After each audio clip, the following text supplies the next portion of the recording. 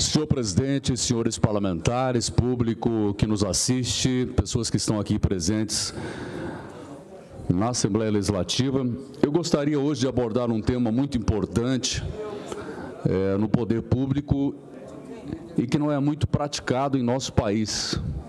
A palavra-chave é planejamento. Não existe planejamento nas ações da maioria dos entes governamentais nesse nosso país. As chuvas que ocorreram e ainda acontecem na capital de São Paulo, especialmente na região metropolitana, escancara isso. Evidentemente que ninguém esperava esse volume, é recorde, esse volume de chuva, um índice pluviométrico altíssimo em São Paulo. Mas percebemos que muitos dos problemas que estão acontecendo lá poderiam ter sido evitados se houvesse planejamento de ações. Qualquer empresa hoje que se considere moderna pratica isso, um planejamento. Não adianta nada fazer intermináveis reuniões e não sair dali com um organograma de trabalho, com uma previsão do que vai acontecer durante o ano. E o ente governamental, seja ele federal, estadual, municipal, tem que ser tratado como uma empresa, onde o lucro é o serviço público de boa qualidade à população. À medida em que o governo recebe os recursos auferidos por impostos, por tributos da população, tem que dar a contrapartida, que enquanto as empresas se preocupam em receber o lucro, essas empresas públicas têm que se preocupar em prestar um bom serviço à população.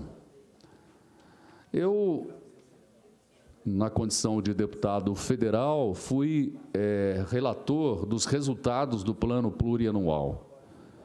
E o que concluímos é que muito pouco do que havia sido planejado havia sido executado na época do governo do ex-presidente Lula. E a minha sugestão, à época, como relator, foi de um banco de projetos, que fosse implantado um banco de projetos, onde nós tivéssemos projetos não só a curto e médio prazo, mas principalmente a longo prazo. Nós percebemos que muitas das reivindicações que fazemos aqui nessa casa, por exemplo, são reivindicações feitas fruto da falta de planejamento. Nós sabemos, por exemplo, que nesses meses de dezembro, janeiro, fevereiro, as chuvas são muito mais intensas. Aí vem o matagal, a vegetação se torna alta.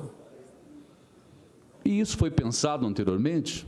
Quando alguém assume uma prefeitura, um governo do Estado, já pensa nisso? Que isto irá inevitavelmente acontecer e tem que se programar, tem que deixar um orçamento para contratar trabalhadores temporários para este período, aumentar o número de equipes, para deixar a cidade limpa, que as roçadas sejam realizadas, que a manutenção das estradas sejam feitas, mas anteriormente ao período de chuvas, para que possa suportar as chuvas torrenciais.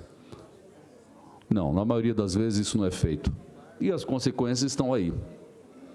Por isso, o que eu queria propor como debate é exatamente isso, que possamos ter essa consciência de que o planejamento de ações tem que ser feito a partir do primeiro momento em que alguém assume uma prefeitura, um governo do Estado, um governo federal. Tem que se traçar metas. Mas não aquela meta da ex-presidente Dilma, né? Não tem meta, aí depois dobra a meta. Se não tem, é zero, né? Se dobra, é zero. Não, tem que ter metas realistas que possam verdadeiramente ser implementadas. Mas há que se fazer isso. Tem que ter um planejamento. Nós vemos isso na área da saúde, que é, sem dúvida, o maior problema que o nosso país tem. Qualquer pesquisa realizada em qualquer cidade, estado do nosso país, as pessoas vão falar que o principal problema é a questão do atendimento na saúde pública. Claro que nós temos exceções, exemplos exitosos de prefeitos que se programaram para isso, que fizeram um planejamento desde o início, um planejamento de 4 anos para a sua administração, pelo menos para a execução da sua administração, mas não só um planejamento para o seu tempo de mandato, mas um planejamento para 10 anos, 20 anos, 30 anos, 50 anos. Eu vejo isso na minha cidade de Dourados, que é a cidade onde eu nasci, portanto, eu conheço muito bem e acompanhei todo o desenvolvimento. É uma cidade que cresce muito em termos de iniciativa privada, grandes empreendimentos, pessoas que acreditam mesmo em Dourados e investem. Empresários que realmente valorizam a cidade e veem ali um grande mercado, porque nenhum empreendedor, nenhum empresário procura uma cidade onde ele não vai obter resultado. Nós temos inúmeras empresas grandes, nós temos uma indústria como a Coamo, que acabou de se instalar, está gerando empregos diretos e principalmente indiretos, movimentando a economia da cidade. Nós temos grandes empreendimentos imobiliários, desde empreendimento para uma classe mais popular até a classe mais alta. Portanto, a gente nota o poderio que tem a cidade de Dourados como uma região economicamente ativa e a mais importante do Estado pela sua alta produção agrícola. Mas nós percebemos que o poder público está aquém disso, está atrás disto, não consegue acompanhar por falta de planejamento. Os governantes que passaram, os gestores que passaram, não fizeram o dever de casa em relação ao planejamento. Ou muitos que tentaram, mas não conseguiram, porque há também o problema da interrupção daquele projeto, daquele planejamento. Há um governante que vem, faz um planejamento para 10, 20 anos, aí quando troca, o outro fala, não, eu quero deixar a minha marca, não quero aproveitar nada do que foi feito, quero fazer tudo novo, e despreza todo aquele trabalho que foi realizado. E nós temos aí um problema de solução de continuidade, que é nefasto, que só traz prejuízo a uma cidade, porque houve um investimento naquele momento e foi jogado fora.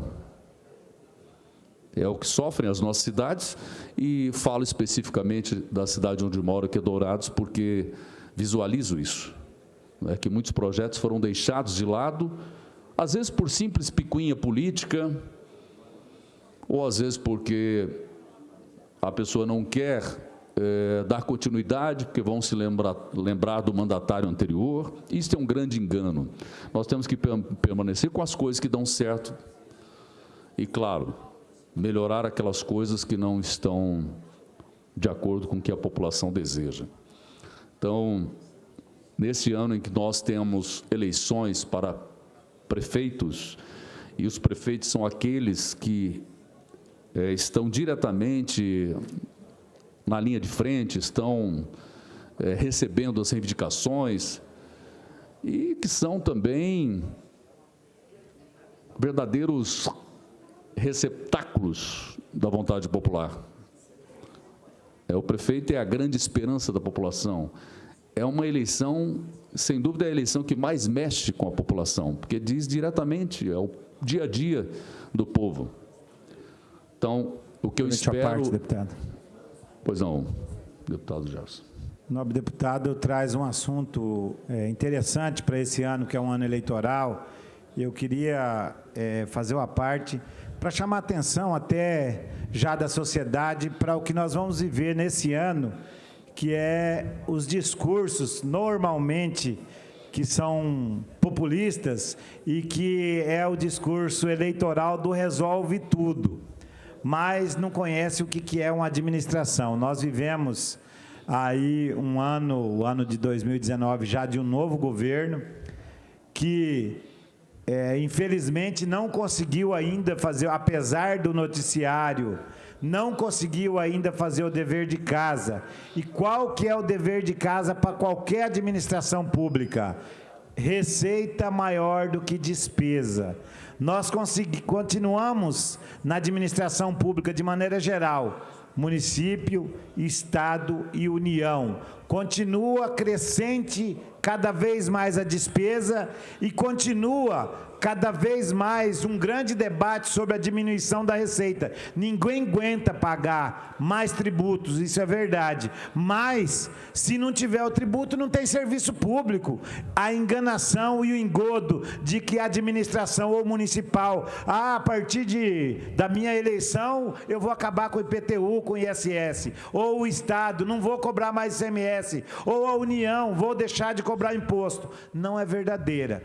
Qualquer candidato que, sem apresentar números, vir com engodo de que vai acabar com o tributo, é mentiroso hoje.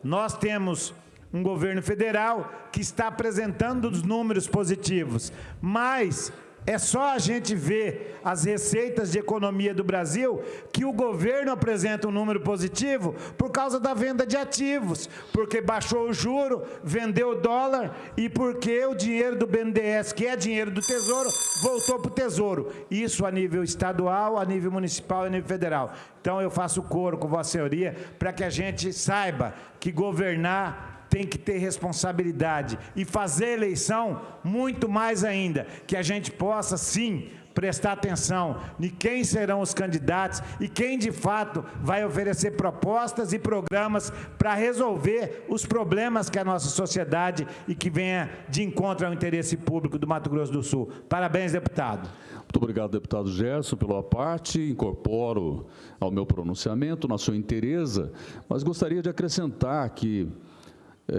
o problema do imposto, do tributo, é a questão da falta de transparência, porque as pessoas não sentem a contrapartida do serviço público.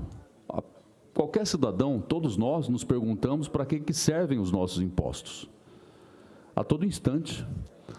Então, eu acho que os tempos são outros, as coisas estão mudando dentro da política, nas eleições. Aquele que ficar vendendo a ilusão, oferecendo um pedaço da lua, não irá se dar bem. As pessoas não acreditam mais nessas promessas falsas, que não são possíveis de serem realizadas. Há que se ter uma verdade cada vez maior em relação à situação. Primeiro, demonstrar como andam as finanças públicas de cada cidade, de cada município. Como estão? Qual é, de fato, a realidade? Eu não tenho conhecimento. Eu não tenho conhecimento real do que é, por exemplo, a situação de Dourados hoje, em relação às finanças públicas. Como está de verdade? Qual é a dívida? Não é? Só para se ter uma ideia, quando foram solicitadas informações da Secretaria de Educação de Dourados sobre as vagas puras para professores, a Prefeitura não conseguiu dar a resposta, o Poder Judiciário determinou que uma perita fosse paga pelo serviço público para poder aclarar essa situação. Então, eu acho que o primeiro ponto é deixar muito clara a situação, é mostrar realmente como está. Esse é o primeiro ponto. Segundo, é mostrar para as pessoas onde os seus tributos, onde os seus impostos que estão sendo pagos, estão sendo investidos. Porque, olha, é dose, hein? Não é brincadeira, não. A pessoa se deparar com impostos e mais impostos e verificar que nem o básico do serviço público está sendo oferecido. Aí a pessoa se pergunta, para onde está indo o meu imposto? Tem que se entender o seguinte, que prefeitura, governo do Estado, governo federal, não é lugar para dar emprego às pessoas, não é para dar empregos. As prefeituras têm, os administradores dessas prefeituras têm que entender isso, que não é para dar emprego. Porque a prefeitura tem que empregar, não tem que empregar ninguém, não.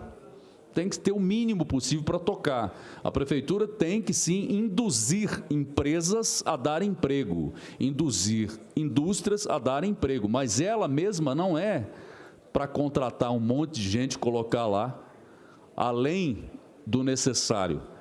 As pessoas têm que ter, as administrações têm que ter servidores públicos suficientes para tocar a máquina. Não pode ser, é a empregadora, é a que mais dá emprego. Não, não é para isso. A administração pública não é para isso. Então, eu espero realmente que isso desperte nesses candidatos, né, que serão futuros administradores das nossas cidades, que tenham essa consciência de planejar, né, de entrar desde o primeiro dia e já ter um planejamento para todo o seu tempo de mandato e para o futuro também. Muito obrigado, senhor presidente.